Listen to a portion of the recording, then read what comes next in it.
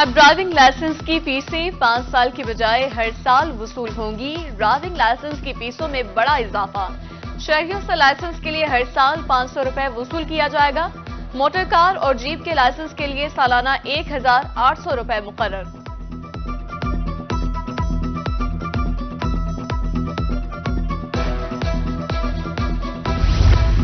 وزیراعلیٰ پنجاب محسن تعلیم۔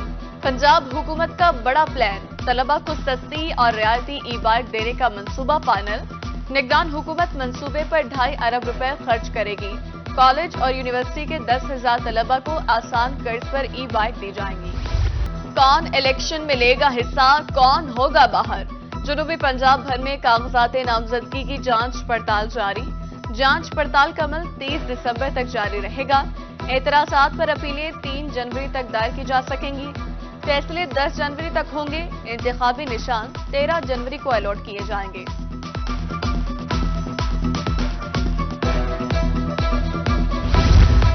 الیکشن کی تیاری، بہاولپور میں پولنگ سکیم جاری۔ 5 قومی اور 10 صوبائی نشستوں پر دنگل سجے گا۔ ضلع بھر میں 1597 پولنگ سٹیشنز قائم کیے جائیں گے۔ جامپور میں 237 پولنگ سٹیشنز، 710 پولنگ بوتھ قائم کیے جائیں گے۔ عام انتخابات میں اساتذہ بھی الیکشن ڈیوٹی دیں گے۔ ضلع ملتان سے 10,800 اساتذہ کی خدمات الیکشن کمیشن کے سپرد۔ ٹریننگ کے حوالے سے محکمہ تعلیم نے لسٹ جاری کر دی۔ نوشہرہ وادی سون میں ڈیوٹی دینے والے عملے کے لیے تربیتی کورس کا آغاز۔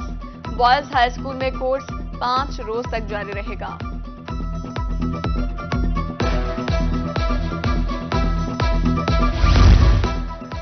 ملتان کے بڑے سیاسی برج انتخابی دنگل میں آمنے سامنے۔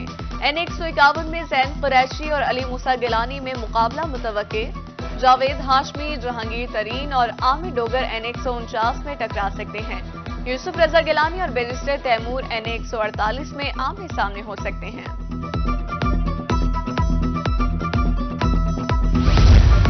میرے حلقے میں قادرپور رام بھی شامل ہے۔ ملتان سے مسلم لیگ نون کے رہنما احمد حسین ڈیہر کہتے ہیں، اسمبلی میں ہمیشہ حلقے کے مسائل بارے بات کی۔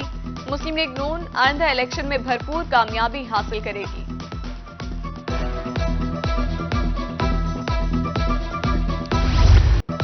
وزیراعلیٰ پنجاب سموگ پر قابو پانے کے لیے مسلسل متحرک۔ سموگ کی اصل وجوہات جاننے کے لیے بین الاقوامی کنسلٹنٹ سے اسٹڈی کرانے کا فیصلہ۔ محسن نقوی کی ذاتی کوششوں سے چین کے ماہرین ماحولیات کی ٹیم اگلے ہفتے آئے گی۔ بجلی چوروں اور نادہندگان کے خلاف مہم جاری۔ جنوبی پنجاب کے مختلف سرکل سے 14,239 بجلی چور پکڑے گئے۔ 93 کروڑ 52 لاکھ روپے جرمانہ، 53 کروڑ 49 لاکھ روپے وصولی، 89,943 نادہندگان سے 2 ارب روپے ریکور کر لیے گئے۔ ملتان میں واسا کی سالانہ ریکوری رپورٹ جاری۔ 83 کروڑ روپے سے زائد کی رقم وصول۔ جنوری سے جولائی تک 43 کروڑ 47 لاکھ روپے ریکور ہوئے۔ دسمبر میں 14 کروڑ روپے ریکوری کا تخمینہ لگایا گیا تھا۔ سردی آئی، مشکلات بھی ساتھ ہی لائی۔ رحیمیہ خان میں سوئی گیس غائب، شہریوں کی جان پر بنائی۔ گیس کی طویل لوڈ شیڈنگ، کم پریشر کی بھی شکایات۔ خواتین کے لیے کھانا تیار کرنا مشکل ہو گیا۔ شہری بغیر ناشتہ کیے کام کاج پر جانے لگے۔ حقیقت میں کھاد کی قلت یا مصنوعی بحران، رجحان کے کسان پریشان۔ بلیک میں 6,000 روپے کی بوری ملنے لگی۔ کسان کہتے ہیں کھاد کی عدم فراہمی سے پیداوار متاثر ہونے کا خدشہ ہے۔ انتظامیہ کی کارروائیوں کے باوجود حال جو کا توں ہے۔